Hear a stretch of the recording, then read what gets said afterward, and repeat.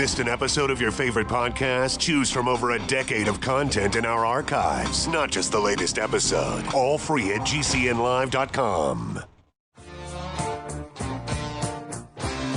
This is your call to action. Get prepared, America. Economy, survival, energy, disasters. This is USAPrepares.com. Informative radio, educational radio. Interact now by emailing instructor@USAPrepares.com or text at 434-390-7953. Class, please take your seats. Now, your instructor, Vincent Finelli. Everyone all set, cocked, locked, blissed. Your dial set correctly to USA Prepares. Thank you for being with us today. Alex is engineering the broadcast in Minnesota at Genesis Communications Network. I'm Vincent Finelli. Dr. Norman Shealy is with us. Dr. Shealy, are you blissed? Yes. Dr. Shealy, I'm so excited. But before I mention why I'm excited, do you have anything that you'd like to share with us?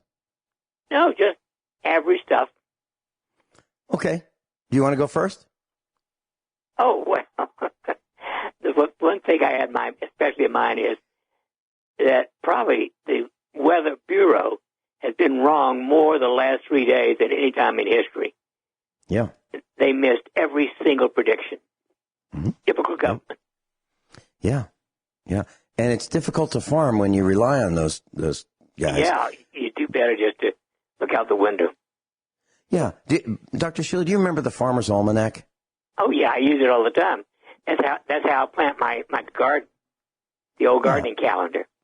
Well, in the 1950s, 1960s, maybe the 70s, you could look in the Farmer's Almanac at any particular day, and it would tell you the weather. And they printed that over a year in advance.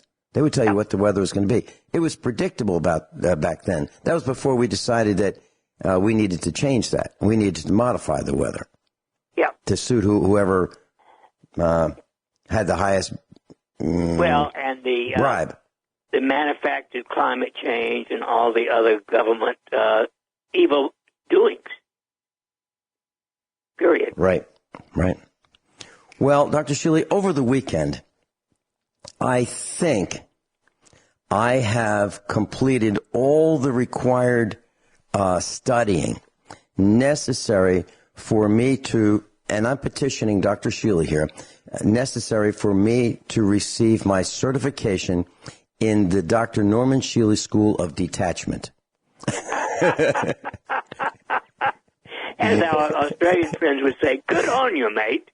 Well, I have arrived at this point. Now, Dr. Shealy, I will admit publicly that it took me a while, years, to fully understand what you meant by detachment.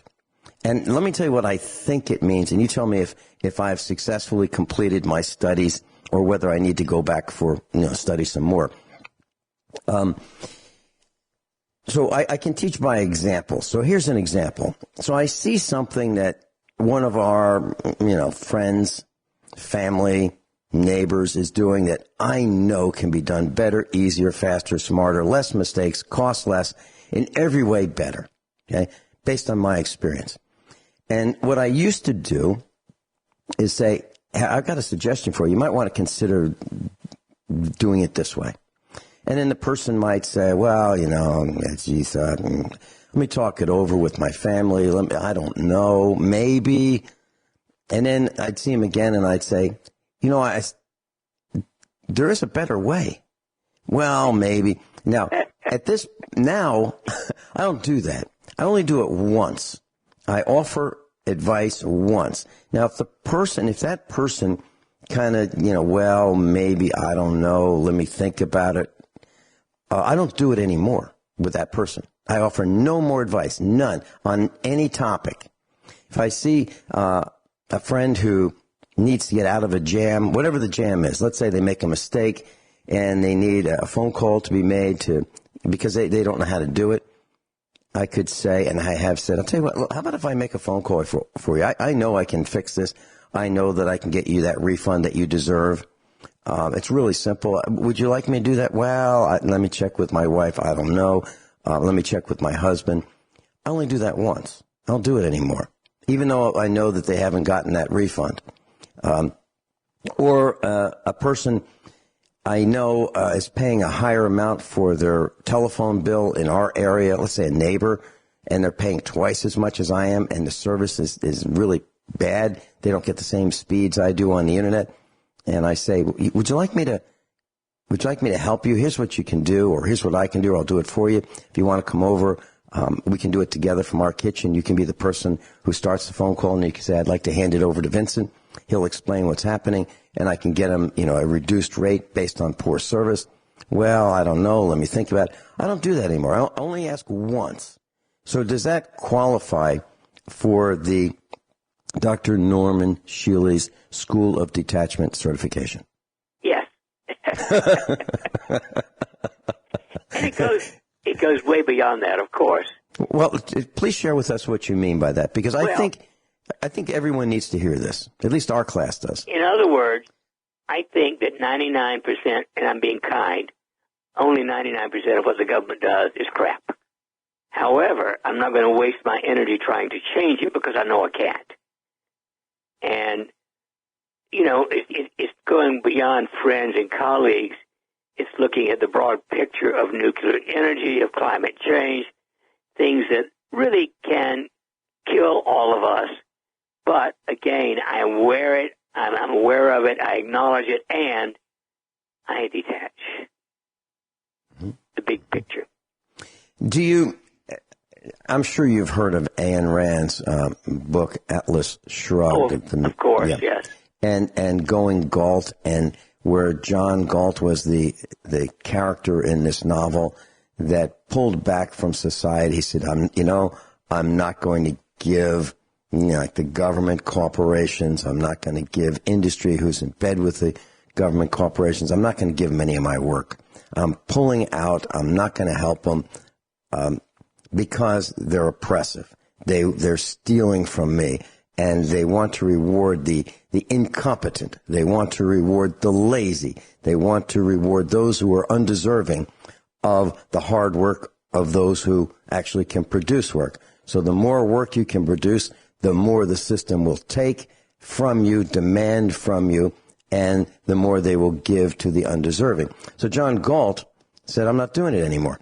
Now, I didn't realize his name was John. I think that is also part of detachment. Would you say? Yes? Oh, absolutely. Okay. And I am there. I am John Galt. And in the book, Atlas Shrugged, and I've said this on the air before, the question is asked, who is John Galt? Who is John Galt? Who is John Galt?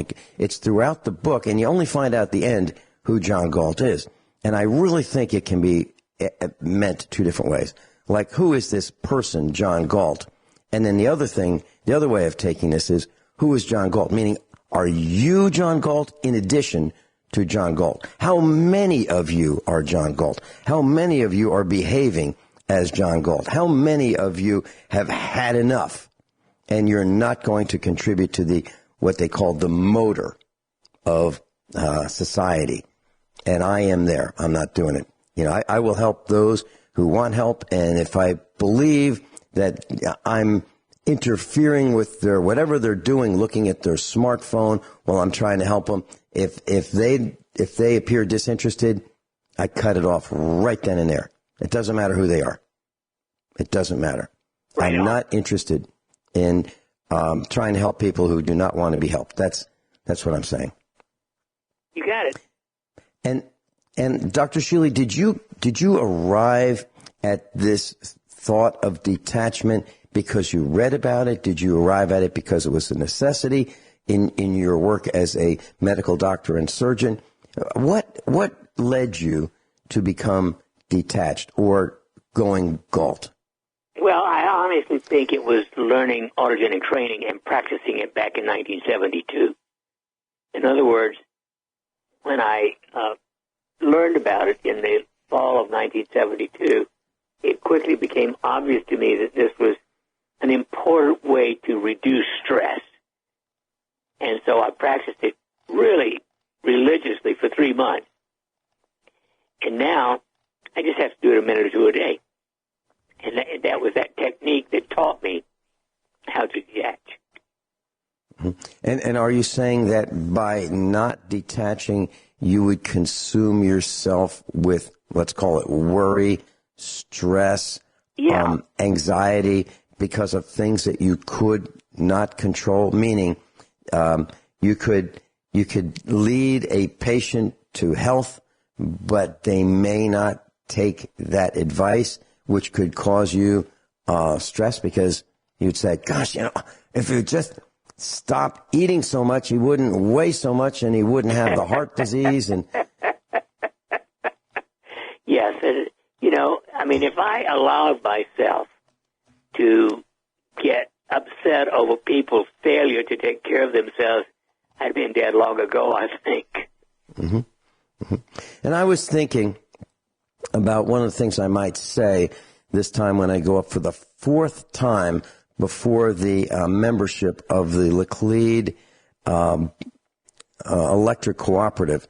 And I was thinking about saying something absolutely outrageous, over the top.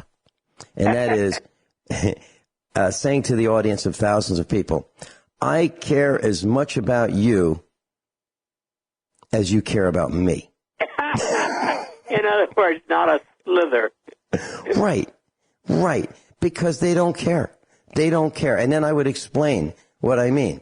That if they don't care about themselves or me, why should I care about trying to protect them and lower their electric bill?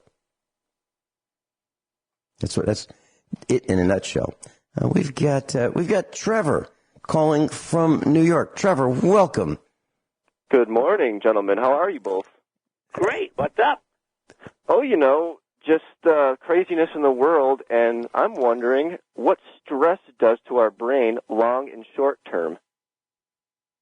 Well, basically, stress of all kinds, physical, chemical, emotional, electromagnetic, etc., is damaging, and it leads to anxiety, guilt, anger, depression, and, waste of life energy.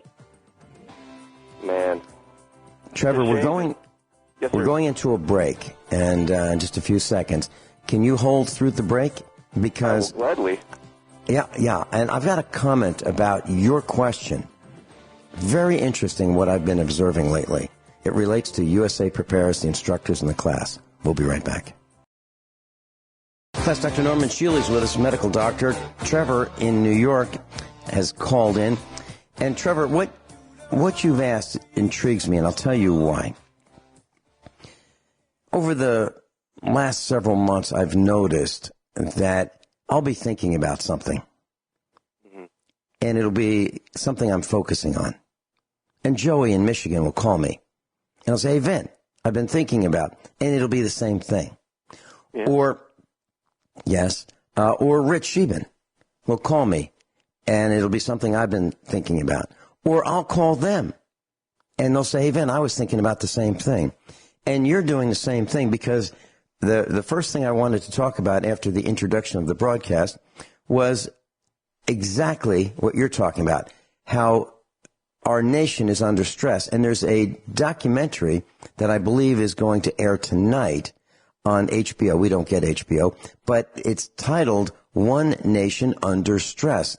The documentary lifting the lid on American anxiety, which is exactly what Dr. Shealy defined your question as. Fascinating. So now here's the question, Trevor. Do you find, it's a little bit of a detour, but do you find that the things that we discuss on USA Prepares are some of the things that you have been thinking about without talking to us first? Oh, certainly. Does that happen to you?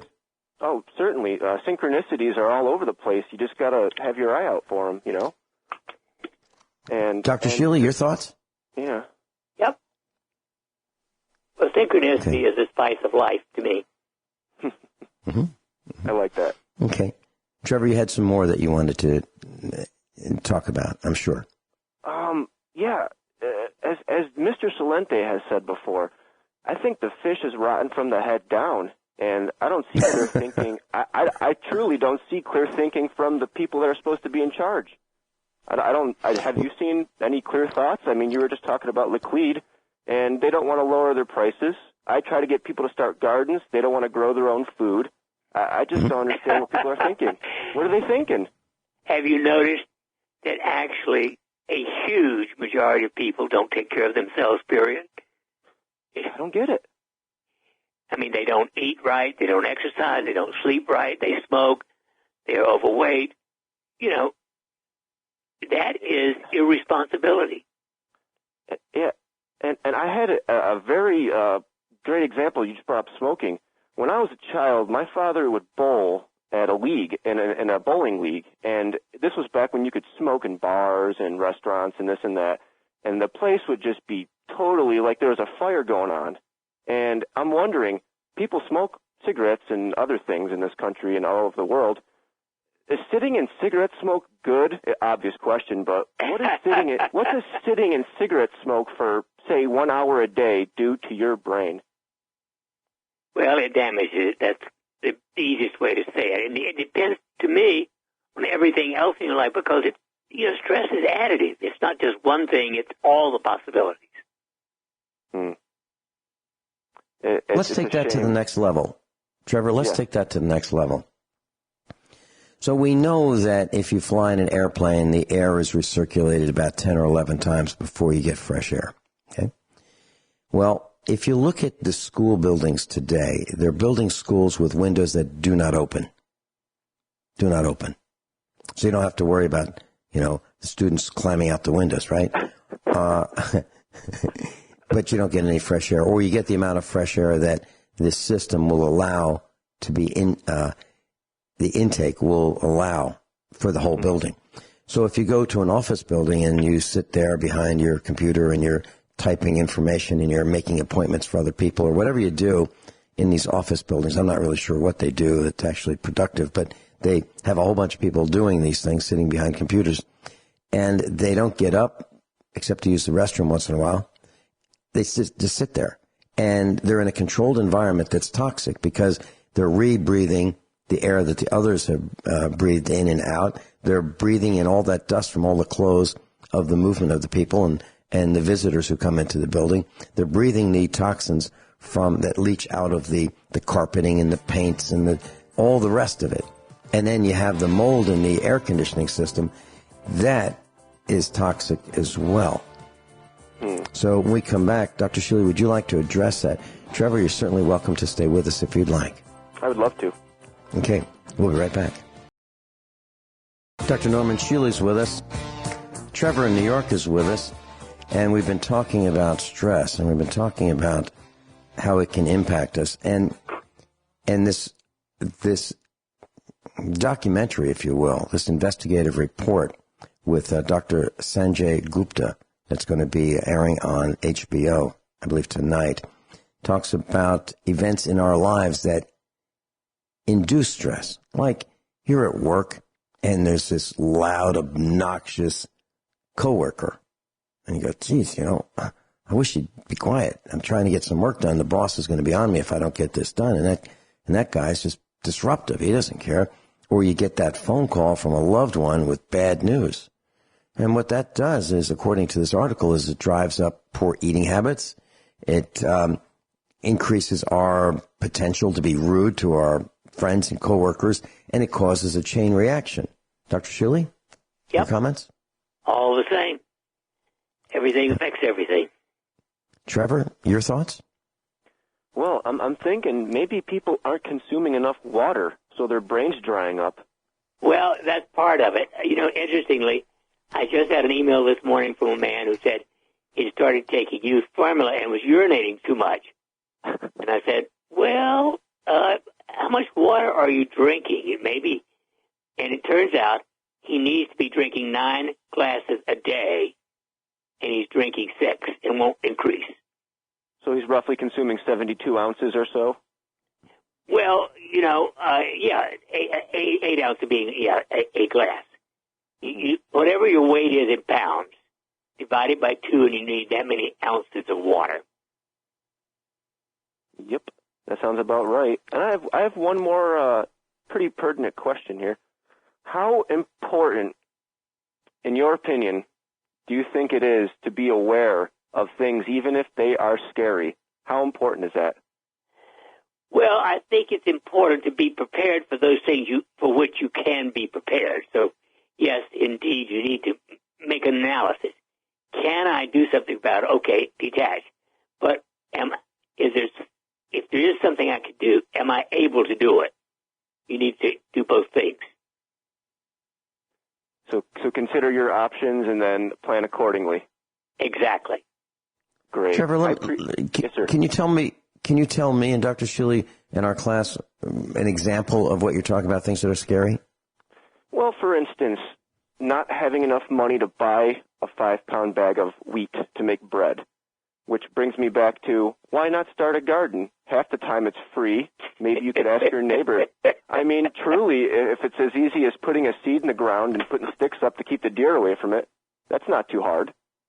Right. Trevor, I like the way you think. I love it.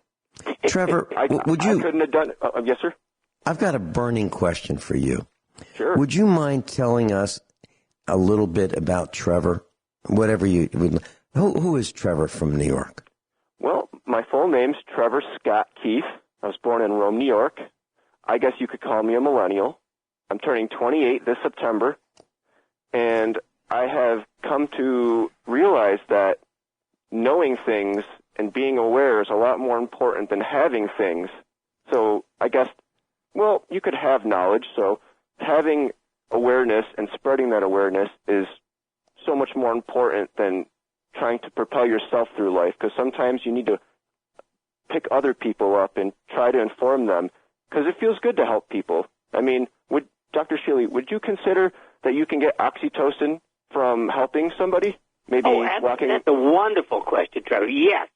In my opinion, there's only one purpose in life, that is to help other people, period.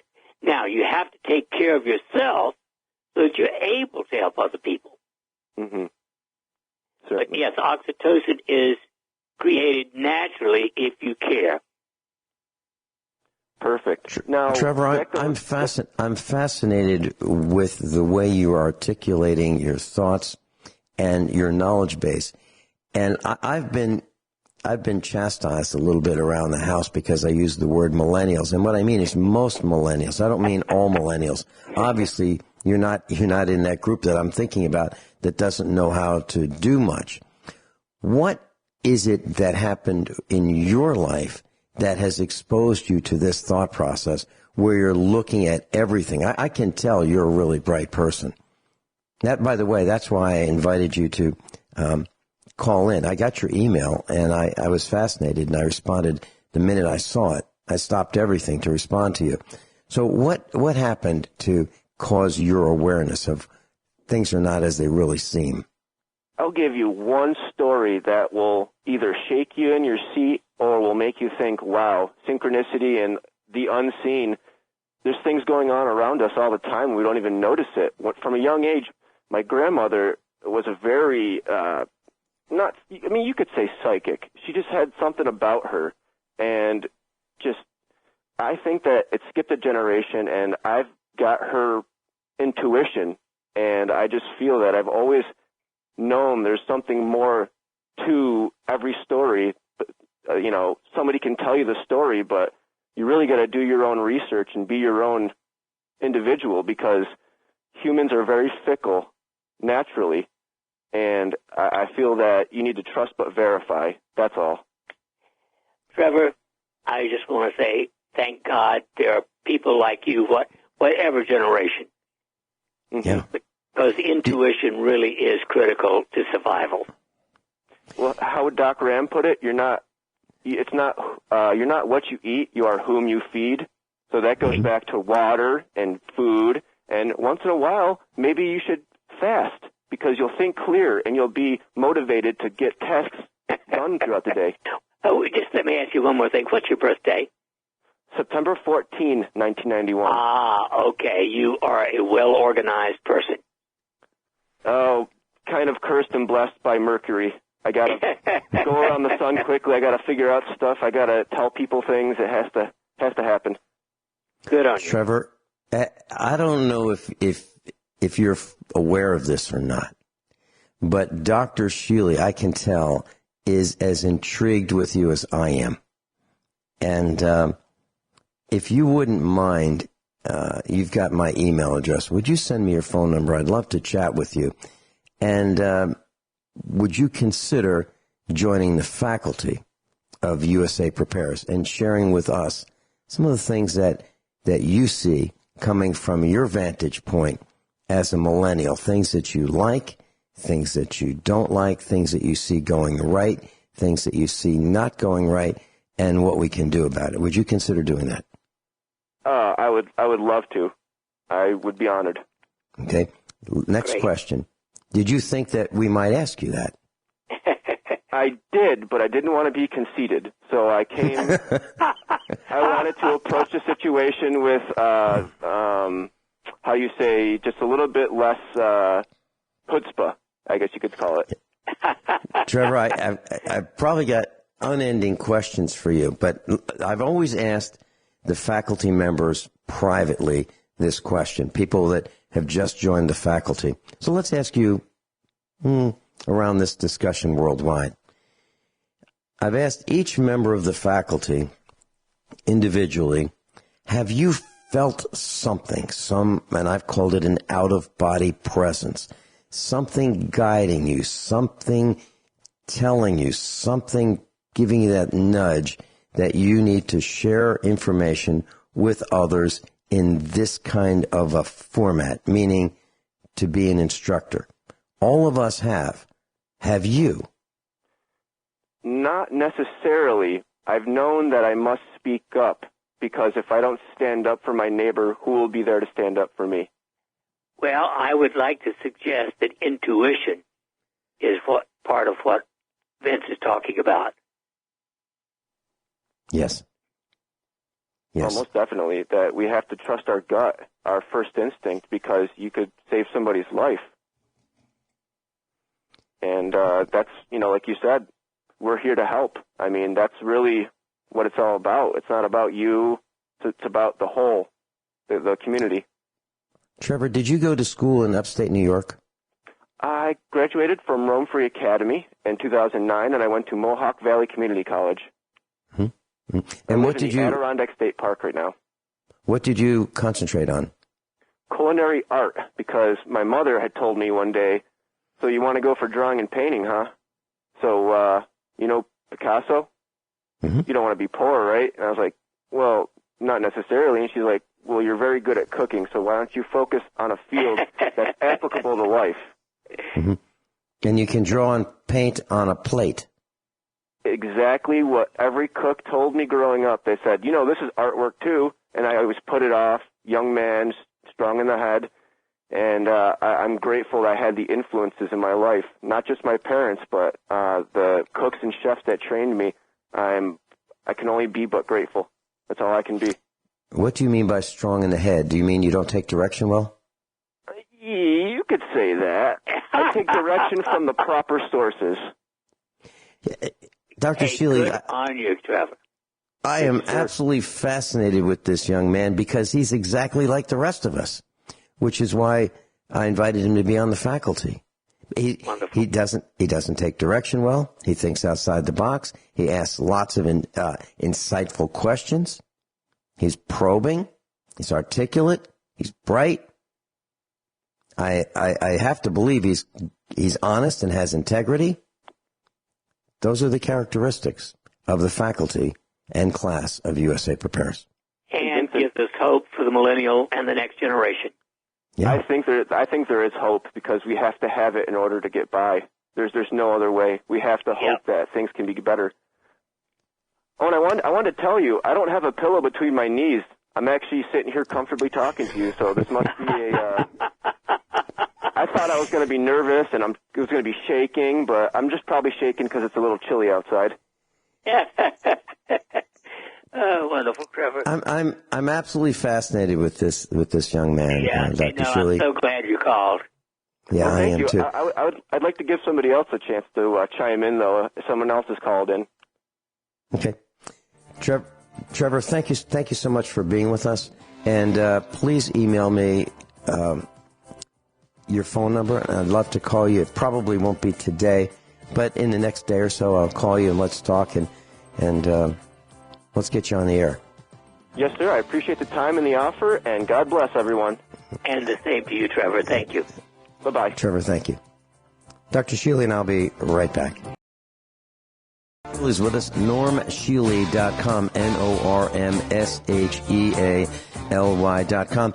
And we were talking with Trevor, and I was asking him about how we think about the same things as other instructors. I was also thinking about Sharon in Montana. Sharon, welcome. Let's see. Oh, one more thing. Here you go. Sharon, welcome. Good morning. Okay. Am I there now? You are here. Oh. Okay, I had a couple comments on the stress. One, if someone wants to see the effects of stress on the body, they might want to read the book, The Body Keeps the Score, and it's by Bissell, I guess, Bessel, Van der Kolk, Kolk. And it's a really interesting book because it talks about how stress, especially long-term stress, will affect your body. But my own comments, and my own thoughts are that a lot of times we feel the worst part of stress because we feel like we're the victim, okay? And we feel a lack of control, sort of a helplessness, and more of a defeatist attitude, like I can't, and there's nothing I can do, and, and it just wears your body down, whereas I feel like there are some things you absolutely can't change. So my philosophy, it's not my problem. But there are some pretty big things, but there's a whole lot of things that you can do that make changes in your life, like Trevor is mentioning you don't have the money for wheat or bread. So what can you do then? Okay, you could feel depressed and stressed out, or you could say, okay, I think I'll talk to my neighbor. Maybe he'll trade me if I have this or that. It's more of a proactive way of looking at life to help reduce stress. Do you think there's some validity to that, Dr. Shealy? Oh, absolutely. There are always alternatives. Virtually every situation I can imagine, there are alternatives, and you just have to choose the least stressful. Yeah. Well, I've read stories of people like in concentration camps, and the people who came out a little better, there's no way the stress wouldn't affect your body in a case like that, okay? They can't get out. But when they took control of their little mini environment, they were healthier psychologically. Right. Doing small things. And I know that there's some pretty big stressors in our world, but I also personally take the approach that these have pretty much always been in the world. We just weren't aware of them as much because of the interconnectedness of our media, and we can know what's happening in another country instantly. Whereas before, if somebody had a hurricane and you live in the Midwest, you might not know about it for 2 weeks, or a week. And so I feel like we have so much knowledge that it does add more stress to us. And then a lot of people take on a lot of other people's expectations of them that may or may not be valid. Like you have to have a brand new car, and you have to have a big old house, and you have to have whatever people think, or you have to dress perfect or whatever. And so they're taking on a lot of stress that they need not take on. But that's pretty much all I had to say. I just can say this book is a really good book. I have an extended family member who's going through a counselor because of just a lot of past trauma in their life, and their counselor actually photocopied different chapters of this book so this person could kind of understand better why their body is reacting the way it is. So I just recommend it. And Sharon, that's all I have. Sharon, I've looked it up while you were talking about it, and the book is classed, if you missed it, it's called The Body Keeps the Score. And it's available on eBay right now for $1, $2 as a PDF. Or you can actually buy the physical book for about $8 shipped. So it's called The Body Keeps the Score by Bessel van der Kolk, BESSELVANDERKOLK. Sharon, I wanted to mention something to you. I think you hit the nail on the head. So there are many times when I've been in the truck with our son, and we'll see someone on the side of the road with a trailer that has been the load not properly secured. And the guy will be having a problem. Either his load fell off and he'll need some help. And it's clear that it wasn't secured properly. And my son will look at me if I'm driving or behind the wheel. My son will say, it's not my problem. And what he means by that is just because someone is so stupid as to not pay attention and to be careless, that doesn't mean we have to fix his problem. And, you know, it used to bother me when he'd say that. Now I'm right there with him. Any quick comments? Yeah. Well, I believe it's not your problem. If somebody's in crisis, I'm totally there to help them. But a lot of things we don't have to take on. It's not our... Right. We don't have to help other people's stupidity. Sharon, anything else you'd like to say? Everyone all set? Cocked? Locked? Blissed? Hour number 2 of USA Prepares with Dr. Norman Shealy, medical doctor. NormShealy.com, NormShealy.com. Brandon in Michigan, welcome. You're on with Dr. Shealy. You guys hear me all right? 5 by 5. Good. Excellent. I just want to say you guys are quite an inspiration, great role models, and I've learned so much from each of you. You know, I can't explain how much I'm so thankful for hearing you guys every week. Vince, every weekday, honestly. I don't know how to express this, but Brandon, what have we done to merit such high praise? Seriously. What haven't you done? I mean, Norm, you give me health advice, give us all health advice on how to be in peak performance. People think I'm on drugs, but I'm just excited to be alive. You know, hey, with all the supplementation advice. Sorry, I cut you off. You sound like you've got lots of energy, Brandon. Oh, buddy, let me tell you what. I'm just happy to be here. And your stubbornness, man, I take that so appreciatively. I can't explain it, but you can't be talking about me. When you say stubborn, you must be talking about Dr. Shealy.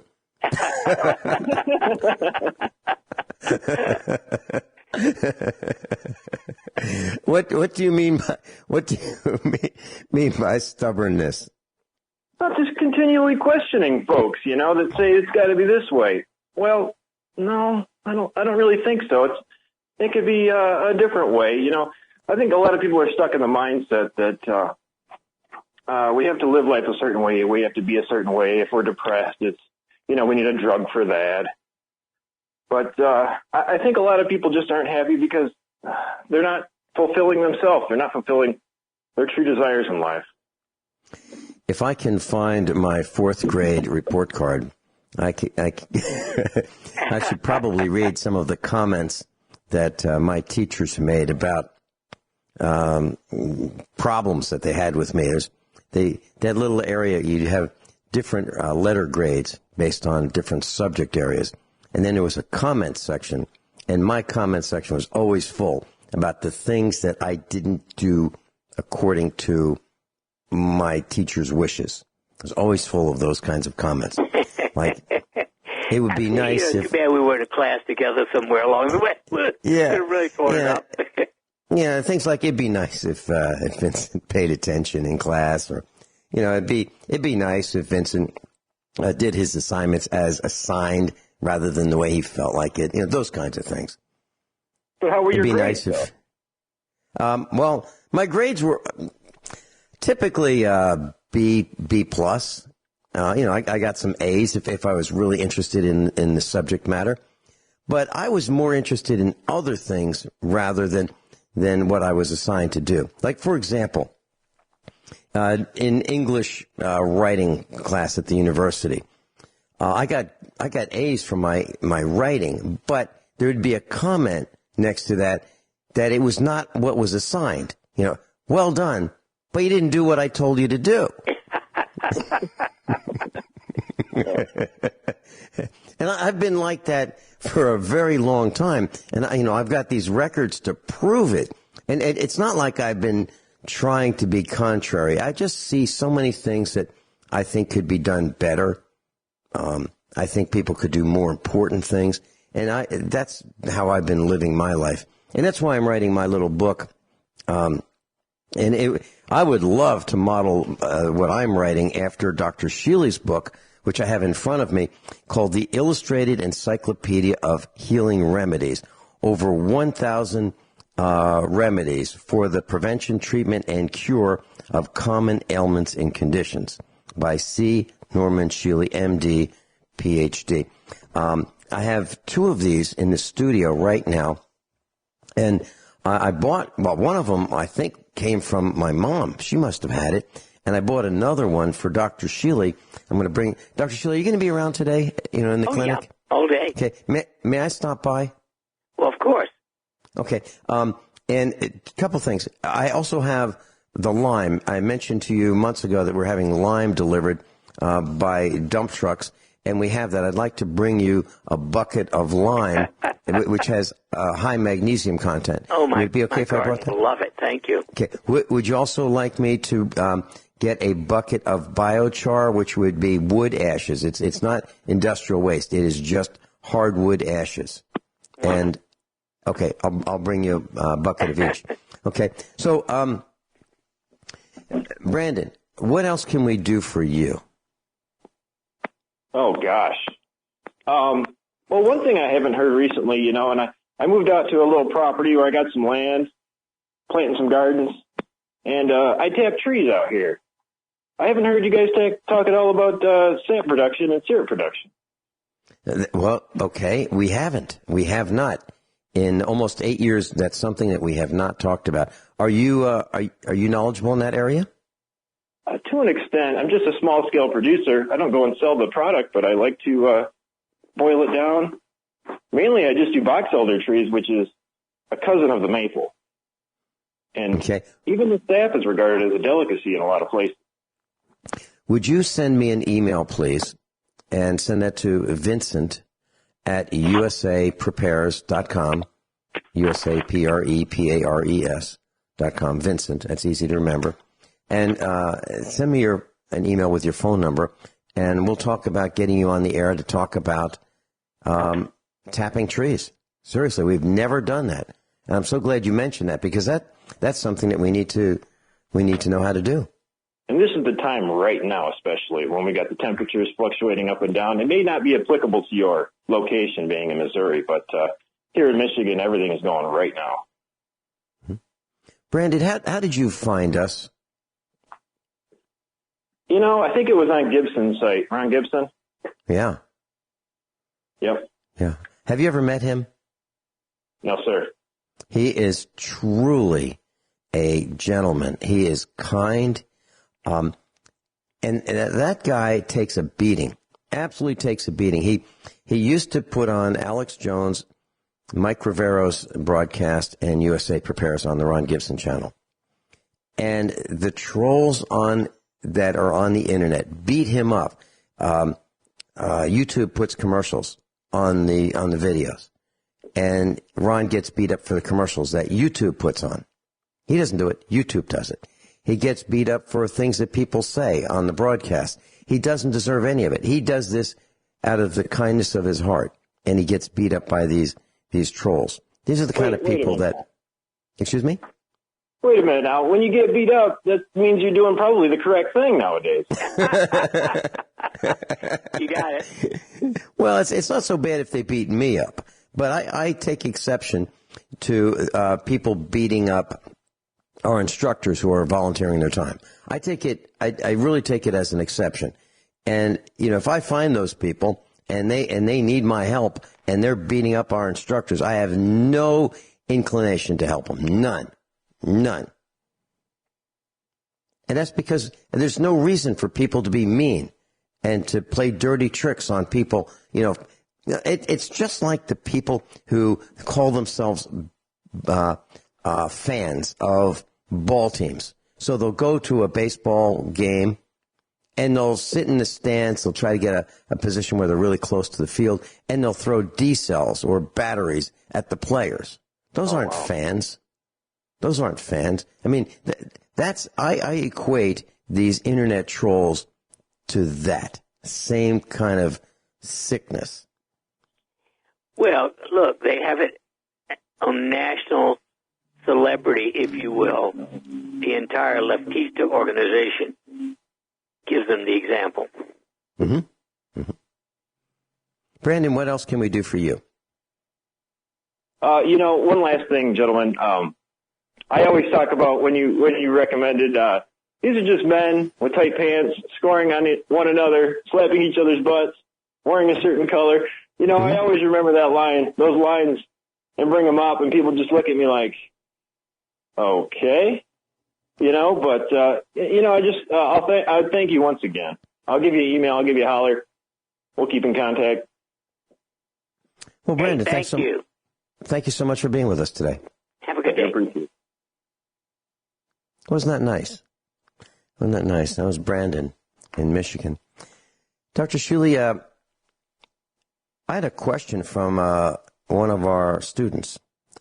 Low platelet count. What causes a low platelet count, and what does it mean, and what can be done to improve the platelet count? Well, it's an attack upon the entire system because platelets are part of the entire blood, and if you get too few of them, then you bleed spontaneously. So it's an attack upon your bone marrow and or your spleen, and it needs careful evaluation. This is a place where medical diagnosis as to where it came from is critical. Okay, is there something that can be done immediately? Can the person who has this low platelet count change diet, eat more meat, vitamins, minerals, supplements, avoid certain things? No, you need a more thorough diagnosis. Why? Okay. All right. I'll get that information out to our student. Dr. Shealy, there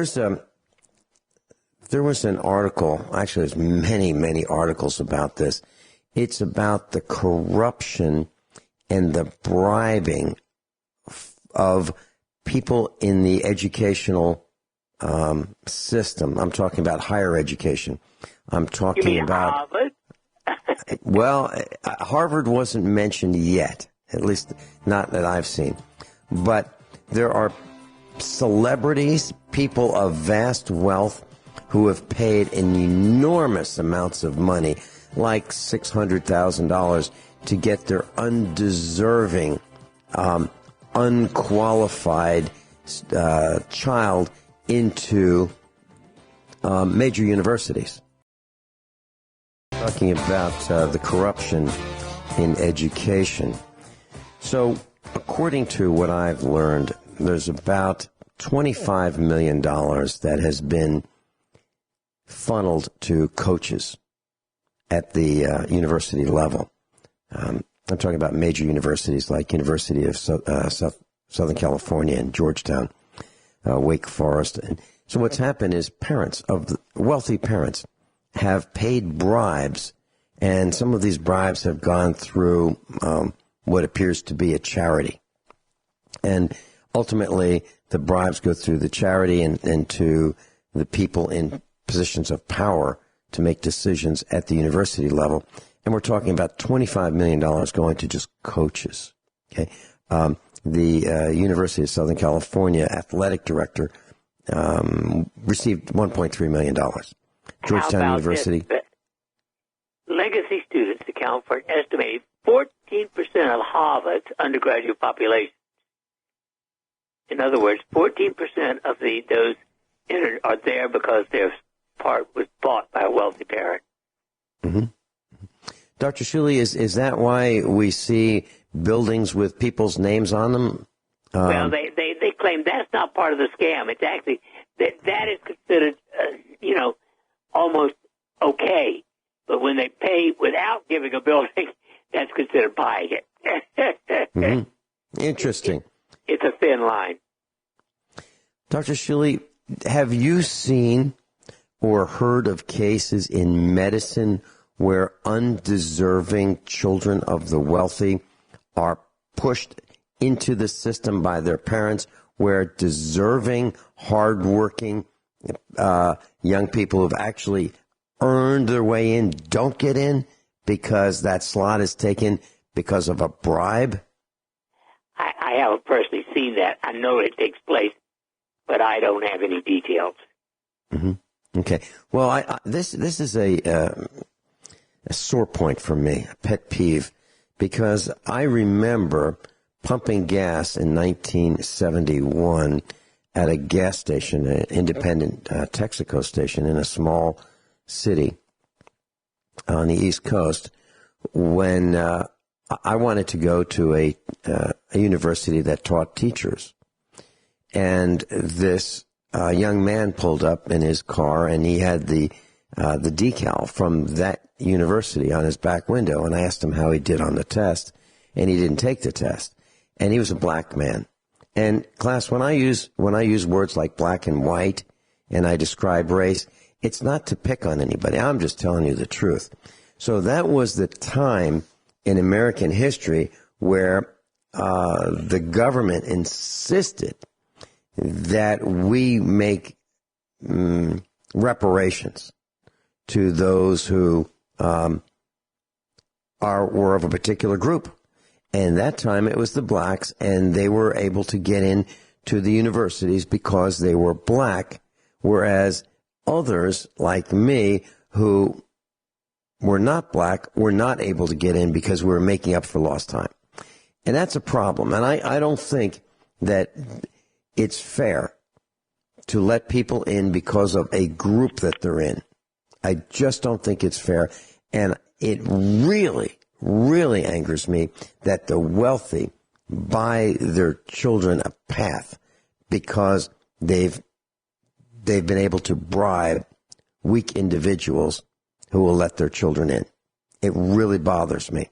And so what do we do in a situation like that? So the children are in there. We find that they've been bribed. There was a bribe that got them in. Do we throw them out? I say yes. Throw the children right out of the university. If they have been admitted through a bribe, through cheating, that's cheating. Throw them out. Throw those children out. Your thoughts, Dr. Shealy? Ditto. Well, you know, I certainly don't want to.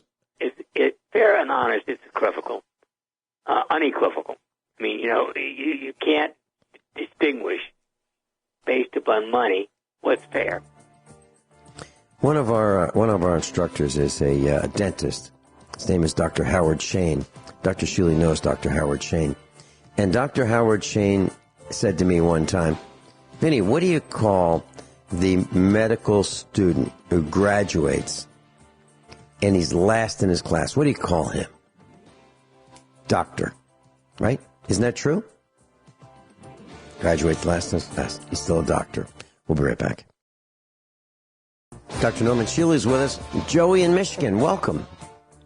Good morning, guys. Doc Shealy, Vince. Hey, Doc, good morning. Doc, those machines like the violet ray, the Blavatsky coils, they all work like the violet ray has that little glass tube putting out a little light. Is it the spark? What is it that makes those machines work, number one? And number two, how have they progressed from the 1920s to 2020s? And also, how is the difference? Like in the 20s, what kind of tooling did they have to test so-called results? I mean, I know they call it quack medicine, and what kind of quack devices did they test for then as well as now? Do you have any ideas? Because I think you're about the most knowledgeable guy in the universe on those machines, I think. Well, the interesting thing is the violet ray is one of the few that is billion cycle per second output devices. It has been since the early ones in the last century. In other words, they produce human DNA frequency, which is 52 to 78 billion cycles a second at a billionth of a watt per centimeter square. And there is no other commercial device unless you buy a specific Tesla coil. Now, the testing, I can't tell you, I don't trust anybody who starts publishing this is a quack thing, because most of the time they are more quackery than anything they can talk about. Right, but that original violet ray, Tesla kind of worked on a coil for that. Is that a true or false? He was part of the people developing that, as well as Georges Lakhovsky's multi-wave oscillator. Yeah, and I know I read once that Tesla met Lavorsky in France right before the Germans came and tweaked his machine for one day, and then that made it more efficient. So Tesla must have been the man that understood the frequency better than everybody else. Everybody else had a concept. But, I mean, then I see they show you sometimes blood slides where they show something just like with a cell phone. If they use a cell phone, your blood cells are scattered much more than if there wasn't. And I'm just curious what those violet rays and them other machines, if they did a blood work on it. I mean, because 1920, what people thought and how they did stuff is a lot different than today, even though today they're much better at covering up good results. Well, you're right. And yet, there's one thing throughout history. Even in the 1500s, the man who first discovered the real way that blood circulates was Harvey, was put down by his medical colleagues. Science has been that way throughout history.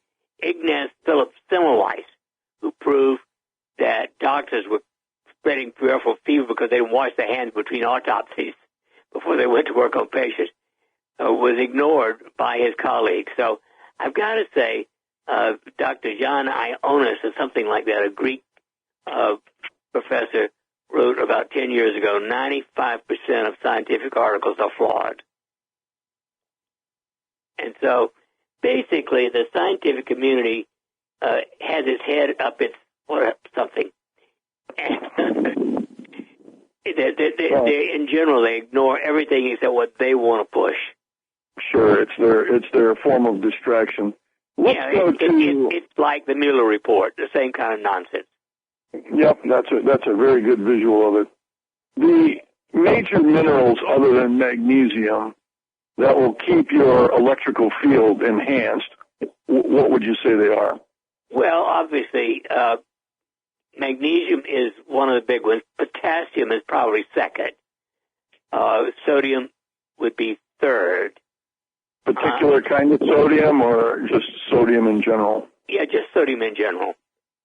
But the big one is magnesium because it's actually more stronger inside the cell than it is the blood.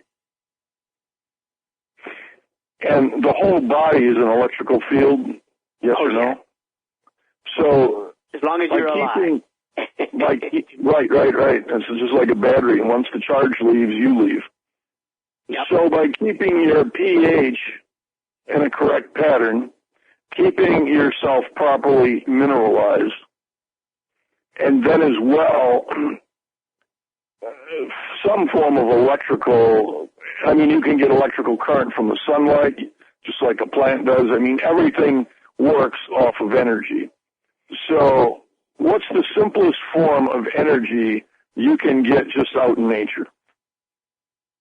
Well, actually, the sun puts out at a 10 billionth of a watt per centimeter square of human DNA frequency. That is the 52 to 78 billion cycles a second. So the sun is giving you, at least some stimulus to normal DNA frequency. But you'd have to be outside 10 hours to get what you could get in a very brief time with the violet ray or the rejuvenatrix. Today you'd be burned alive. Right. And I'm asking questions because if there's ever a situation when the grid goes down, it's going to be so much harder. It's going to be so much harder to maintain health with lack of supplements, minerals, proper food, clean water. So I'm trying to think outside of the box. What would be alternatives? Well, like yesterday, and Saturday, I actually went outside and stripped down to my undies and just lay in the sun for 40 minutes, twice. I mean, I think that's a wonderful, natural way. It's not the tanning it's actually receiving that normal energy from the sun. Recharging the battery. Particular time, so you're not in peak sun, or you want? Well, yesterday it was right around noontime because that was just a fine temperature of the day. You don't want to be there at noon if it's 100 degrees. Right. And I guess you just stay in that sun till you start to feel yourself getting a little tingle. Exactly. I've been trying to figure out those machines because I know you're on top of them. Of most of the people, I don't know anybody actually that knows more about them. And yet I'm trying to figure out, they sold millions of them, 20s, then they banned them. Well, even interestingly, the old electrete, which was developed by a naturopath in Illinois, was targeted by your favorite FDA organization and called quackery. And it actually also, interestingly, put out human DNA frequency, that's 52 to 78 billion cycles a second at a billionth of watt per centimeter square. And that was run by 2 old D batteries. Oh, wow. There was a machine they called a Raytheon, and then there's different styles of it. Yeah, I don't know that one as much as I know of it, but I don't know the details of its output.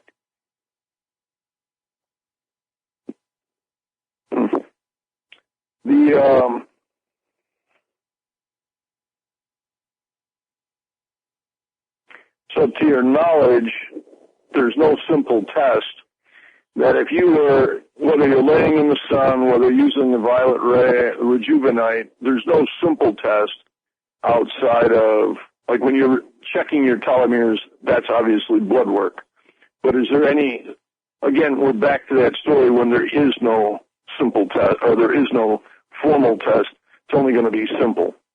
Well, that's true. I mean, you could get something called a signal analyzer.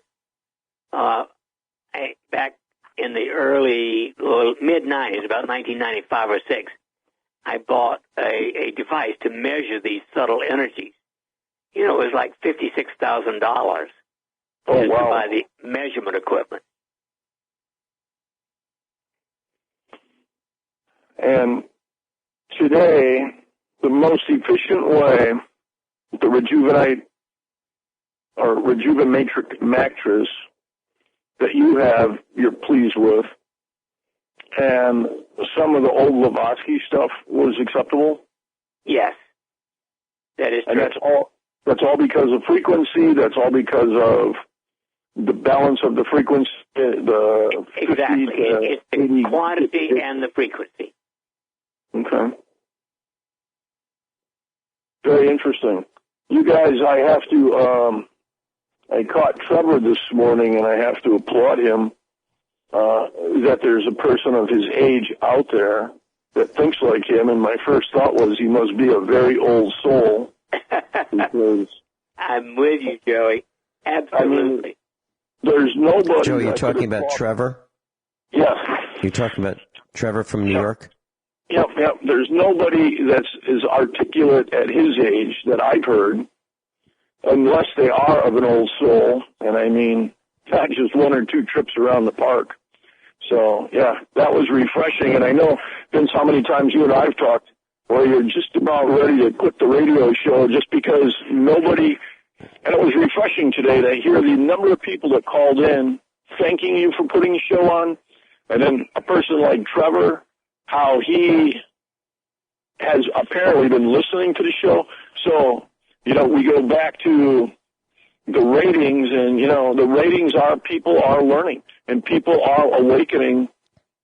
Might not be as fast as we're thinking, but it is exciting to see that there's activity.